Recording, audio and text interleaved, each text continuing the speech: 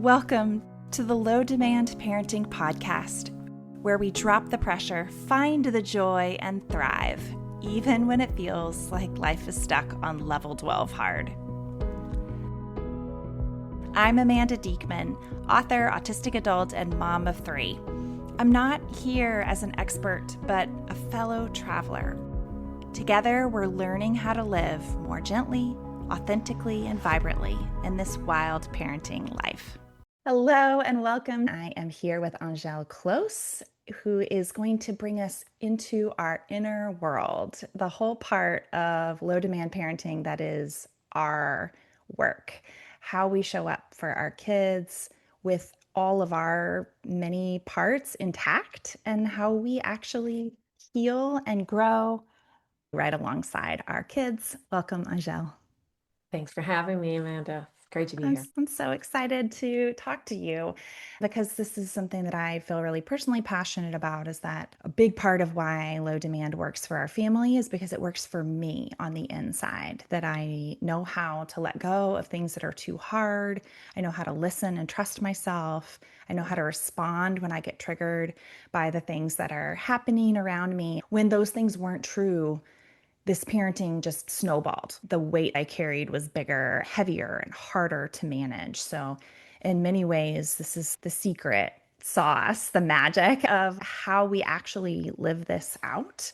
And I know that we're going to talk about IFS. So, we'll go ahead and define that if you can in your first answer. But you shared with me that IFS has changed so much about how you parent, how you mother, and that it became a lifeline for you as you walked through your journey. Can you tell us a little bit more, both define for us what IFS is, but even more than that, how it changed you? Sure, I'd love to. So, IFS is short for internal family systems, which is a type of psychotherapy. The creator of IFS is Dr. Richard Schwartz, initially a trained family systems therapist. And then it was actually working with his clients. I believe his first clients struggled with eating disorders. He started to realize just in the way that family systems work with different members of the family and we understand dynamics and we try and help those dynamics transform and shift. The same is true with individual people. And so he followed that inclination 30 years ago. It's been around a while, but it's gained in popularity. People are learning about it, and it's really effective and helpful. I actually didn't learn about it through my graduate training. I've been a therapist for almost 20 years, and I'm from Canada. So it was when I moved to the States about 6 years ago that I learned about this modality and was kind of resistant at first, actually. We had just moved here. My dad happened to pass the day we moved to Chicago. Hmm. So that was stressful. And then COVID happened a few months after. Adjusting, moving, and all of these stressors at the same time was really hard for me, obviously. Mm. I have 3 children, and getting the kids to adjust to moving and adapting through that was really hard. My eldest son is neurodiverse, and it was at that time developmentally that his struggles, his symptoms started to really amplify. And so parenting became really hard. I had been a mindfulness meditation teacher, and that was my coping. I found myself as a mom where the ways I was coping, like I would sit and meditate, and it just wasn't helping the ways that it had Mm-hmm. helped before. And I think it was serendipitous timing that I learned about this thing called IFS.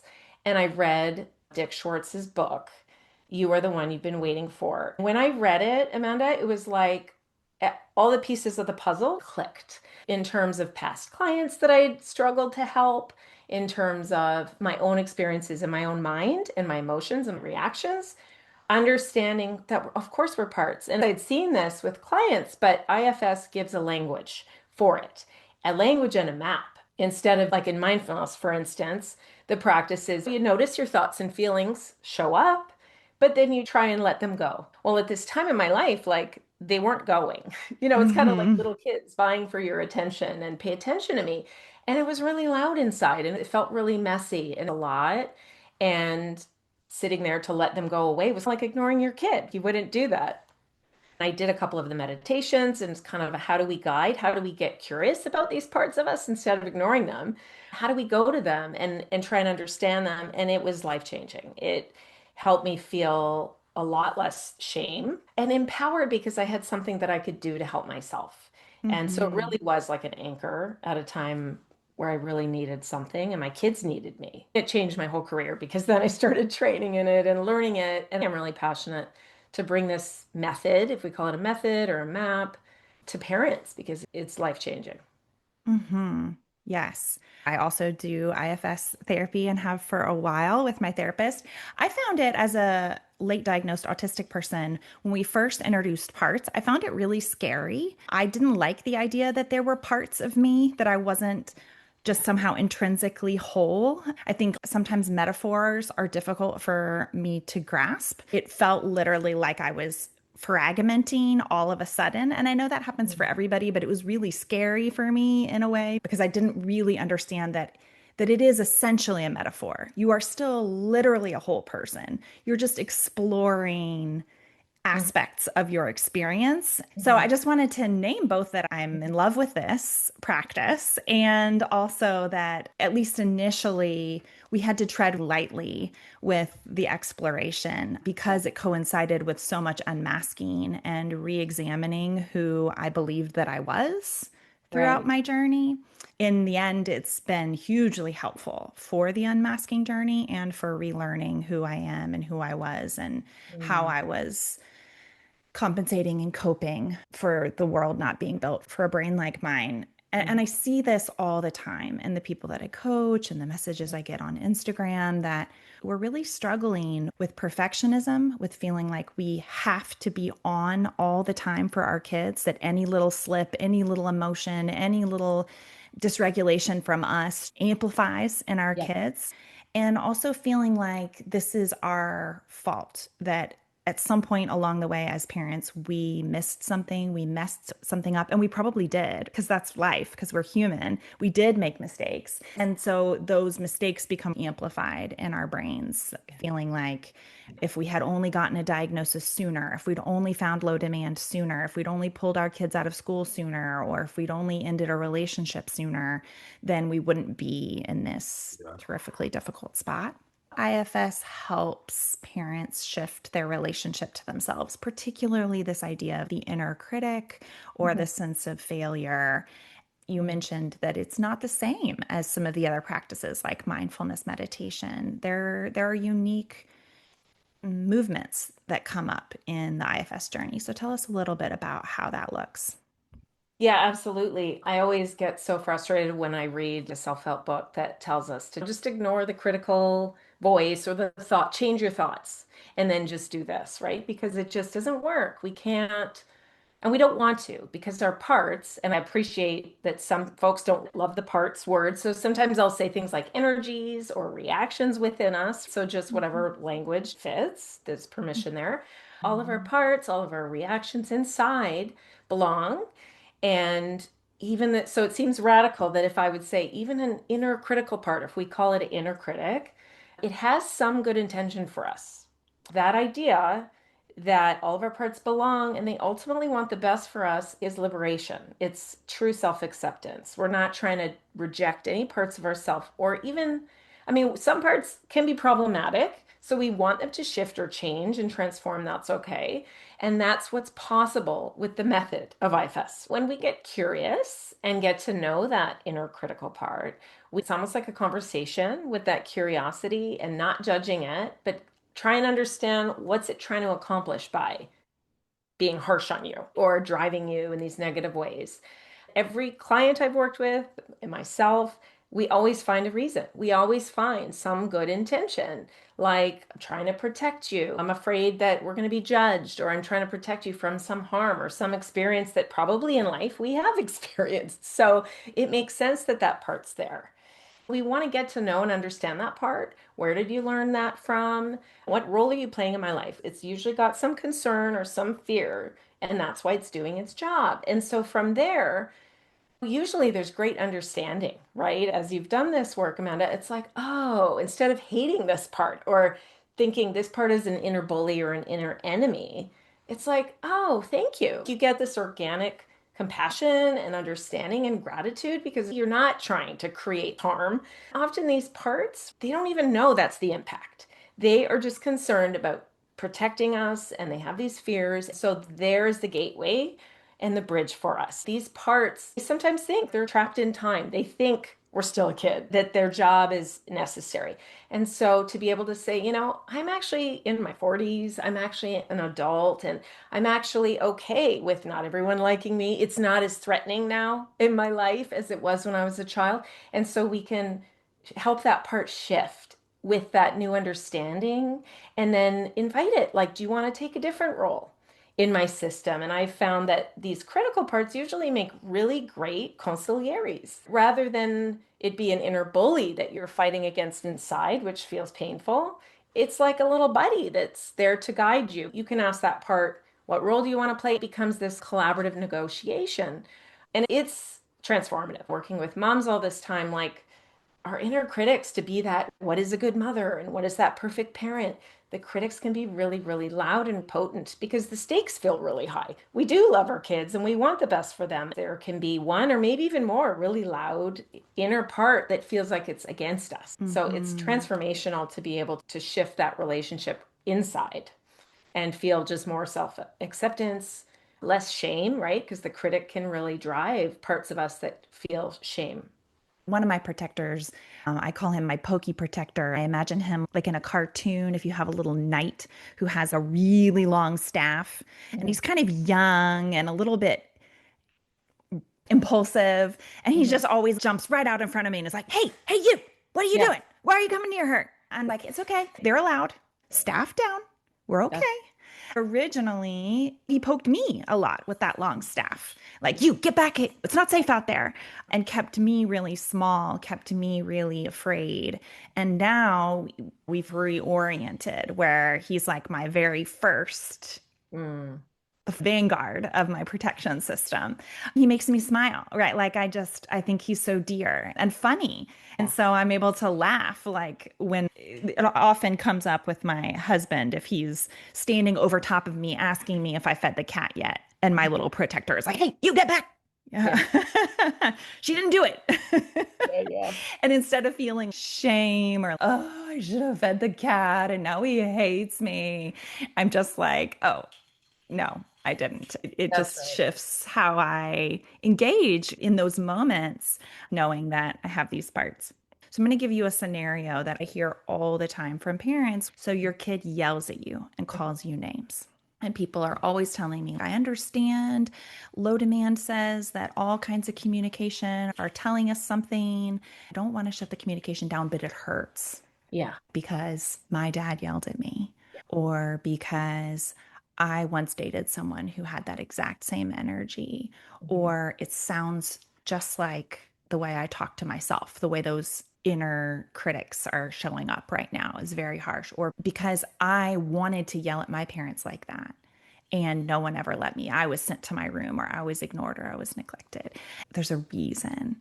And we Mhm. have to get to know that reason. Using low demand as like a universal, well, just let it go. It doesn't Yeah. work. It has to be Yeah. particular. Yes. So relate. I have a son who definitely his nervous system will be a fight response for a lot. And so that was troubling for me as his mom because my nervous system would go into freeze.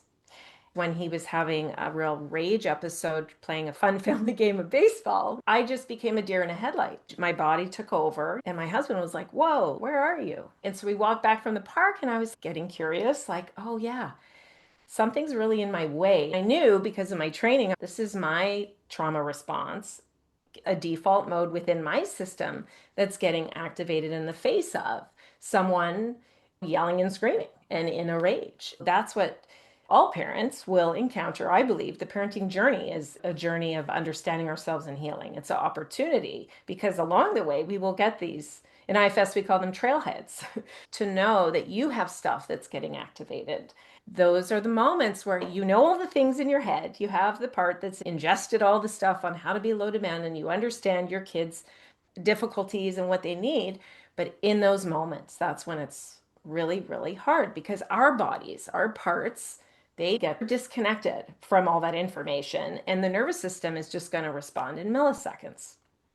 The more we go to these parts and get curious about them, about what happened for me, you'll discover a protector. As you described yours, I have one that's like a soldier. And if it perceives I'm being disrespected, it's going to get stern. It has a way it talks. And you find yourself going, that didn't sound like what I want to say when I'm regulated. These parts from our childhoods, they've been around a long time. They just act. They kind of can hijack us in that moment where there's intense emotion. And so when we can, in a calm state, get curious about them, part of that update is that's actually my son. I'm in my 40s, and they're like, huh.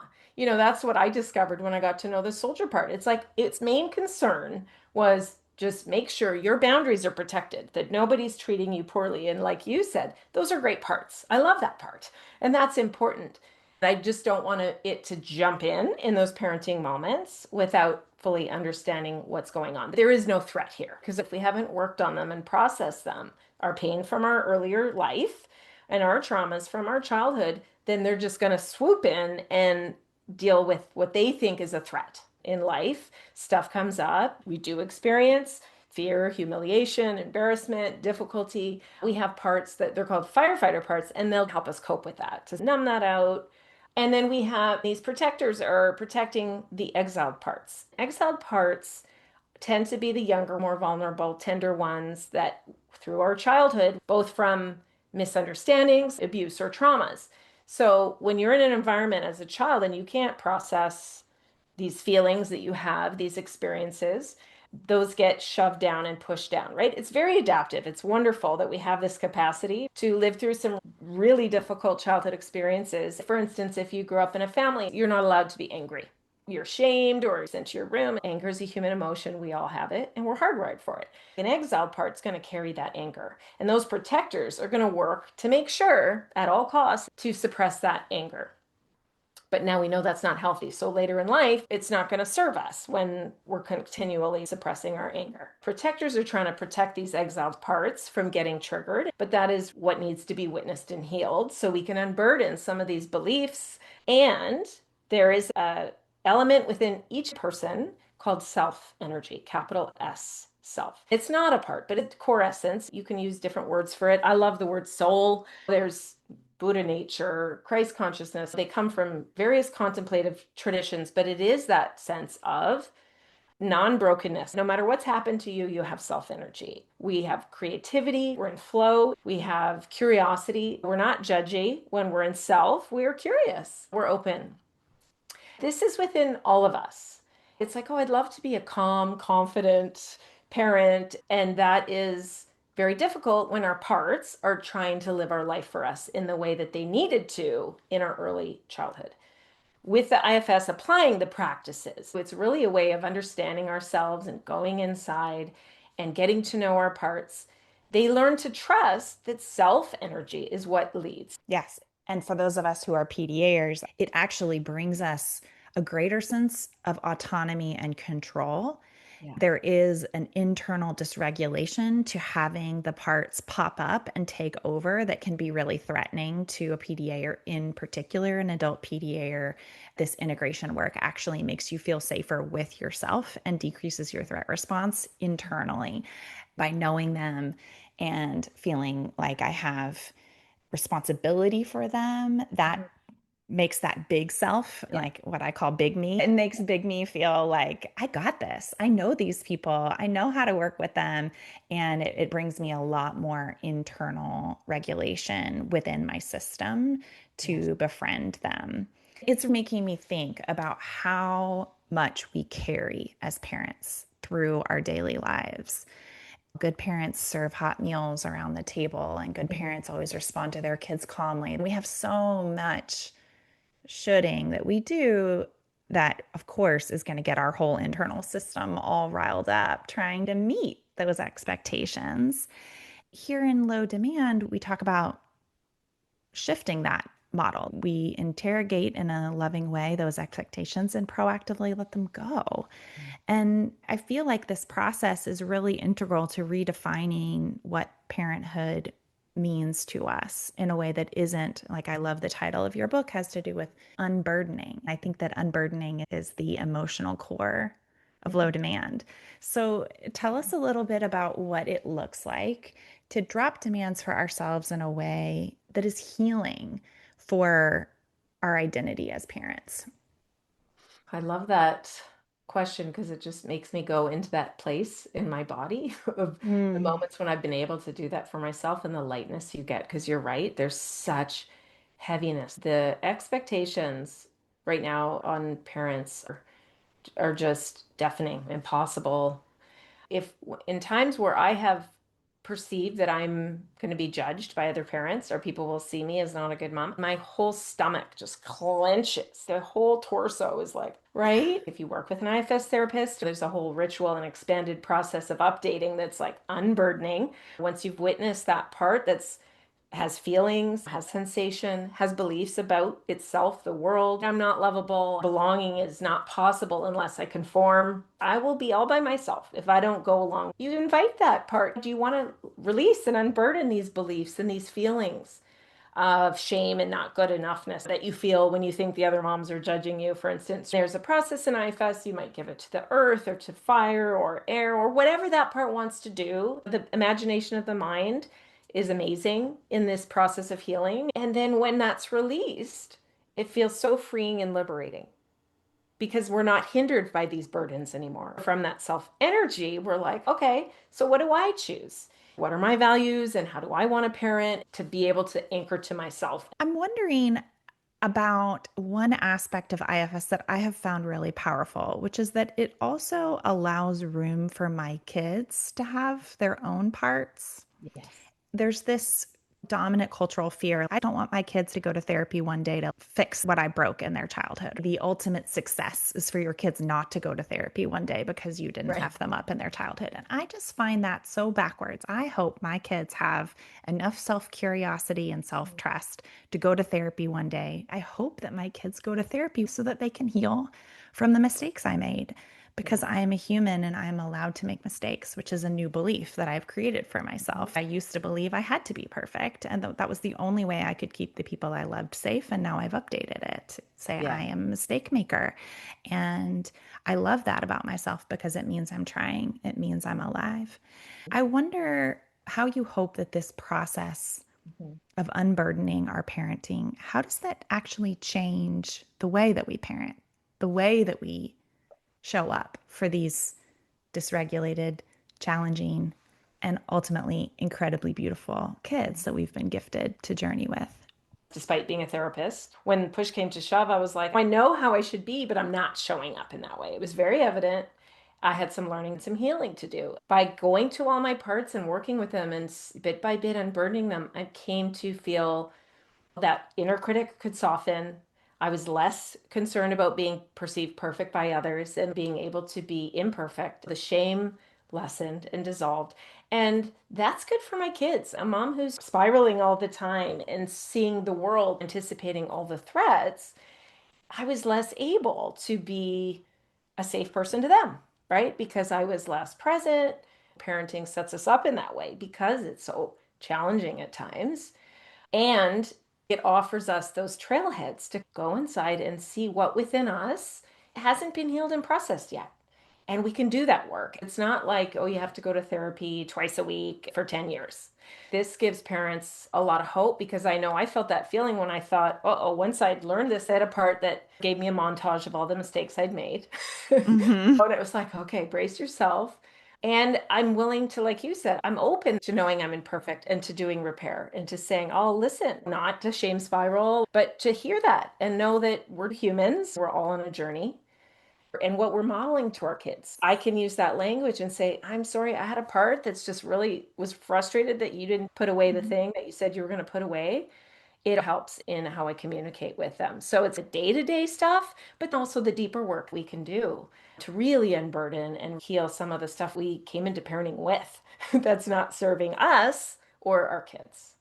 Thank you so much for taking a really honest look at yourself. If there's one macro story about self work that I could change, is that it's weak. Yeah. It's so brave. It's so strong to update those stories and to do that in front of others. So, yeah, when my kids walk in and I'm sobbing in therapy, I'm like, oh, I'm doing therapy. This is what it looks like because I know I trust that they are witnessing my strength. My mom has the courage to feel. My mom has the courage to go inside. My mom has the courage to show up for herself so she can show up for me. I want that to be their internal story that they carry forward with Yeah. them. I just want to Yeah. reflect back to you that you are doing that here in the world for all of us. And I'm so grateful to have been the recipient of it today. I think modeling that to our kids is so powerful. There's so many parents where we wear these masks. We think we have to give a perception. And being a therapist, you get to hear so many stories and know the struggles that people are hiding because they feel ashamed. So if me opening up can help anyone feel a little less alone or a little more human and a little more deserving of self-compassion and self-kindness, then I'm game to do it.